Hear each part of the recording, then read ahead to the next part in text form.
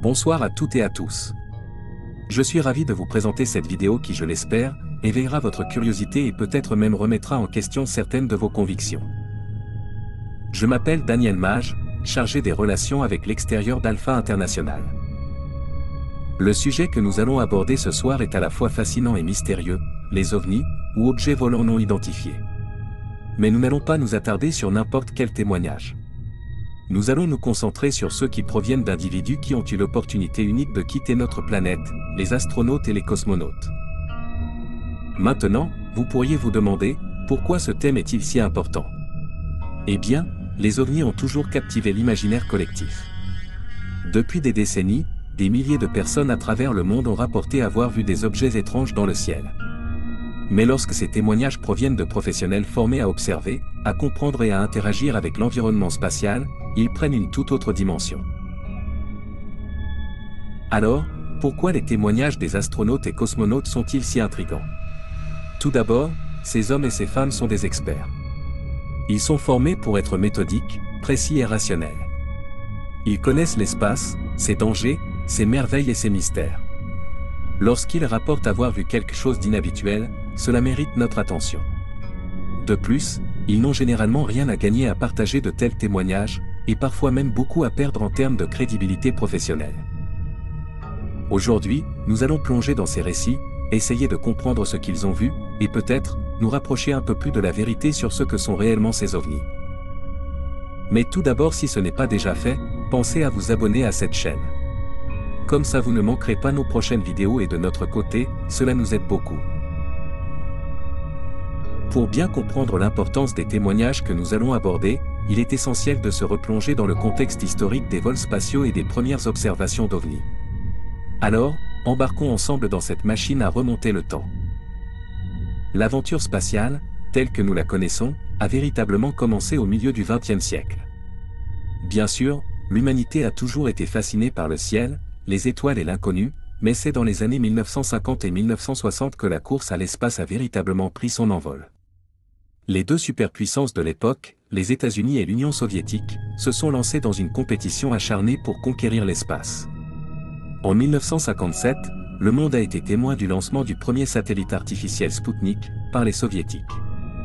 Puis, en 1961, Youri Gagarin est devenu le premier homme à voyager dans l'espace. Ces exploits ont été suivis par de nombreux autres, culminant avec le premier atterrissage humain sur la Lune en 1969 par l'équipage d'Apollo 11. Parallèlement à cette course à l'espace, un autre phénomène captivait l'attention du monde, les ovnis. Dès les années 1940, des témoignages ont commencé à émerger, en particulier de pilotes et de militaires, qui rapportaient avoir vu des objets volants non identifiés. L'un des incidents les plus célèbres est sans doute celui de Roswell en 1947, où un objet non identifié s'est écrasé au Nouveau-Mexique, conduisant à de nombreuses spéculations et théories du complot. Mais ce n'était pas seulement aux États-Unis. Partout dans le monde, des pilotes, qu'ils soient civils ou militaires, ont rapporté des rencontres avec des objets volants étranges, se déplaçant à des vitesses et avec des manœuvres qui défiaient les lois de la physique telles que nous les connaissons. Ces témoignages étaient d'autant plus troublants qu'ils provenaient souvent de sources crédibles, formées à l'observation et à l'identification des aéronefs. Ces premières observations ont jeté les bases d'une fascination mondiale pour les ovnis, une fascination qui n'a fait que croître avec le temps, en particulier lorsque les astronautes et les cosmonautes ont commencé à rapporter leurs propres observations depuis l'espace. Parmi les nombreux astronautes qui ont rapporté des observations d'ovnis, l'un des plus célèbres est sans doute Gordon Cooper. Pour ceux qui ne le connaissent pas, Cooper était un astronaute américain, pilote d'essai et ingénieur aéronautique. Il a été l'un des 7 astronautes du programme Mercury de la NASA, ce qui en fait l'un des pionniers de la conquête spatiale. En 1963, lors de la mission Mercury Atlas 9, Cooper était en orbite autour de la Terre à bord de la capsule Phase 7. C'était une mission historique à bien des égards, car elle marquait le dernier vol du programme Mercury, et Cooper était le seul astronaute à bord. Mais ce qui rend cette mission encore plus mémorable, c'est l'observation étrange que Cooper a rapportée. Alors qu'il était en orbite, il a décrit avoir vu un objet vert brillant s'approcher de sa capsule. Cet objet n'était pas un débris spatial, ni un autre satellite. Il avait une luminosité et une trajectoire distinctes. Et puis, aussi soudainement qu'il était apparu, l'objet a disparu. Mais l'histoire de Cooper avec les ovnis ne s'arrête pas là. Des années après sa retraite de la NASA, il est devenu l'un des rares astronautes à parler ouvertement de sa conviction que les ovnis étaient d'origine extraterrestre. En 1978, il a même témoigné devant l'Assemblée générale des Nations unies, affirmant que ces objets étaient réels, qu'ils visitaient notre planète depuis des milliers d'années, et que nous devrions avoir une approche plus ouverte et sérieuse pour étudier ce phénomène. Cooper a déclaré « Je crois que ces véhicules extraterrestres et leurs équipages visitent cette planète depuis des temps anciens ». Il a également exprimé sa préoccupation quant à la manière dont ces observations étaient souvent balayées ou ridiculisées, en particulier par les autorités. Le témoignage de Gordon Cooper est particulièrement frappant, non seulement en raison de son observation en 1963, mais aussi de son engagement continu à sensibiliser le public et les autorités à la réalité des ovnis et à la possibilité d'une vie extraterrestre. Un autre astronaute dont le témoignage a suscité beaucoup d'intérêt est Edgar Mitchell. Pour mettre les choses en contexte, Mitchell n'était pas seulement un astronaute ordinaire. Il était le 6e homme à marcher sur la Lune, lors de la mission Apollo 14 en 1971. Cette mission, comme vous pouvez l'imaginer, a été l'une des plus mémorables de l'histoire spatiale, avec Mitchell et son coéquipier Alan Shepard, explorant la surface lunaire pendant plus de 9 heures. Après sa carrière à la NASA, Mitchell a beaucoup parlé de l'existence des ovnis, mais il a également affirmé que les extraterrestres ont visité la Terre à plusieurs reprises. Il a déclaré dans diverses interviews que les ovnis observés par de nombreuses personnes à travers le monde ne sont pas simplement des phénomènes naturels ou des illusions, mais des preuves tangibles de visites extraterrestres. Mitchell a même suggéré que certains gouvernements, y compris celui des États-Unis, étaient au courant de ces visites et avaient choisi de les dissimuler au public. Ce qui rend le témoignage de Mitchell particulièrement intrigant, c'est son affirmation selon laquelle il y a eu des dissimulations délibérées concernant les ovnis. Il a suggéré que les raisons de cette dissimulation pourraient être multiples, allant de la protection de la sécurité nationale, à la prévention de la panique publique.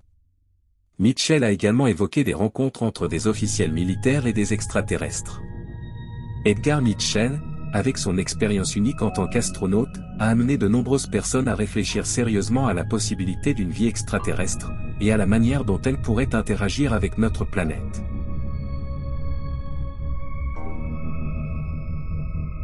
Voici maintenant les déclarations du sénateur-colonel John Glenn.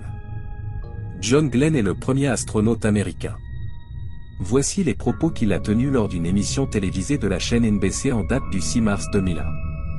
En ces jours glorieux, j'étais très mal à l'aise lorsque l'on nous demandait de dire des choses que nous ne voulions pas et d'en démentir d'autres. Certaines personnes nous demandaient « Étiez-vous seul là-haut » Nous n'avons jamais répondu la vérité, et cependant nous avons vu des choses là-bas, des choses étranges. Nous savions ce que nous avions vu là-haut, mais nous ne pouvions réellement rien dire. Nos supérieurs avaient vraiment très peur de cela, ils avaient peur d'un truc du genre de la guerre des mondes, et de la panique générale dans les rues. Donc, nous devions rester silencieux. Et maintenant nous voyons ces choses seulement dans nos cauchemars ou peut-être dans des films, et certaines sont très proches de la vérité. Gennady Strekhalov est un nom qui pourrait ne pas être aussi familier pour beaucoup d'entre nous, en particulier si nous comparons sa notoriété à celle des astronautes américains. Cependant dans le monde de l'exploration spatiale russe, Strekhalov est une figure emblématique. Il a participé à plusieurs missions spatiales, mais c'est lors de son séjour à bord de la station spatiale Mir en 1990 qu'une observation particulière a retenu l'attention. La station spatiale Mir, avant l'ère de la station spatiale internationale, était le joyau de l'exploration spatiale soviétique puis russe. Elle a servi de laboratoire orbital pendant près de 15 ans, accueillant de nombreux cosmonautes et scientifiques. En 1990, Gennady Strekhalov était l'un de ces cosmonautes, travaillant et vivant en apesanteur loin de la Terre. Un jour, alors qu'il regardait par l'un des hublots de la station, Strekhalov a remarqué quelque chose d'inhabituel. Il a décrit avoir vu un objet volant qui n'était ni un satellite, ni un débris spatial. Cet objet avait une forme particulière, ressemblant à un ballon de rugby, et ce qui était encore plus frappant, c'était la lumière qu'il émettait. Selon Strekhalov, cette lumière était très intense, bien plus que ce que l'on pourrait attendre d'un simple reflet du soleil sur un objet métallique. L'objet a été observé pendant un certain temps avant de disparaître de la vue, laissant Strekhalov et d'autres membres de l'équipage perplexes quant à sa nature et son origine. Viktor Afanasiev, tout comme Gennady Strekhalov, est l'une de ces figures emblématiques de l'exploration spatiale russe. Cependant, son témoignage concernant une observation d'OVNI lors de la mission Soyouz 6 en 1979 est l'un de ceux qui ont suscité une grande curiosité et de nombreuses discussions. La station spatiale Soyouz 6, prédécesseur de Mir, était un élément clé du programme spatial soviétique à la fin des années 1970. Elle a accueilli de nombreux équipages et a servi de plateforme pour diverses expériences scientifiques. En 1979, Viktor Afanasiev faisait partie de l'équipage envoyé à bord de cette station. Pendant sa mission, alors que la station orbitait autour de la Terre, Afanasiev a remarqué quelque chose d'inhabituel. Un objet non identifié semblait suivre la trajectoire de la station. Ce n'était pas un simple débris ou un satellite connu. L'objet avait des caractéristiques distinctes qui ont marqué le cosmonaute. Afanasiev a décrit cet objet comme ayant une forme sphérique. Mais ce qui était le plus frappant, c'était la luminosité de l'objet. Il brillait d'une lumière intense, une lumière qui ne ressemblait à rien de ce qu'il avait vu auparavant dans l'espace. L'objet a suivi la station pendant un certain temps avant de disparaître, laissant Afanasiev intrigué et perplexe.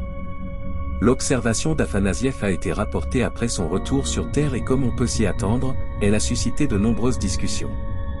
Ce qui est certain, c'est que le témoignage d'Afanasiev s'ajoute à la liste croissante d'observations faites par des astronautes et des cosmonautes formés à l'observation dans l'espace. Et pour conclure, voici une déclaration de Dmitri Ustinov, un haut fonctionnaire soviétique et ministre de la Défense pendant de nombreuses années. Écoutez bien.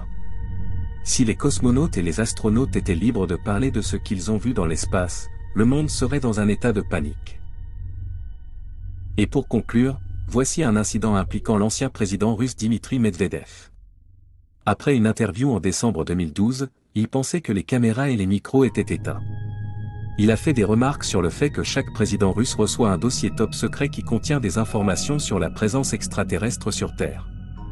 Il a également mentionné un film spécial qui donne plus de détails sur les extraterrestres. Ce film, Men in Black, n'a rien à voir avec le film hollywoodien du même nom, mais traite de la vie extraterrestre en Russie. Je vous laisse regarder. Знаете абсолютно все. Ну вот, например, прилетали на Землю инопланетяне. Вот самый зеленый человечек. Марьяна, значит, рассказываю вам первый и последний раз. Вместе с передачей чемодана с ядерными кодами президенту страны приносят специальную папку. На ней написано «Совершенно секретно». И она целиком и полностью посвящена пришельцам, которые посетили нашу планету. Одновременно предоставляется... Merci beaucoup de m'avoir accompagné dans cette exploration. Sachez que l'existence d'extraterrestres peut avoir un impact énorme sur notre compréhension de l'univers et de notre place en son sein. La confirmation de la vie extraterrestre pourrait nous amener à reconsidérer notre importance et notre rôle dans l'univers. Sommes-nous uniques ou simplement l'une des nombreuses formes de vie dans un vaste cosmos?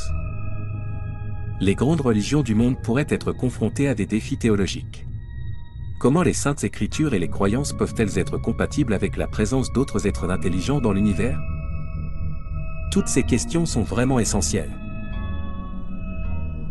Si cette vidéo vous a plu, n'oubliez pas de lui donner un pouce vers le haut, ça nous aide énormément.